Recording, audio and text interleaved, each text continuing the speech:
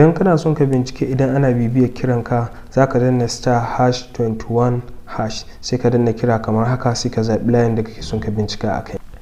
Bayan ya buɗe ya kawo ma wannan fuskar, in kun duba ana yanzu nan ba a bibiyar duk wani kiran da muke yi yanzu, amma idan ka ga bambanci fiye da haka to ana bibiyar kiranka. Kana son ka bincike wace namba ce ke bibiyar kiranka, za ka danna *62# sai ka danna kira haka, sai ka danna layin da kake son ka bincika saman kan yi.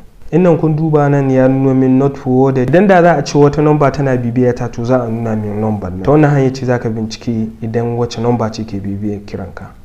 Idan kana son ka yi cancel duk wani bibiyar kiran da aka yi ma, za ka danna #002# sai ka danna kira kamar haka, sai ka danna kan layin da kake son ka kira kai ne.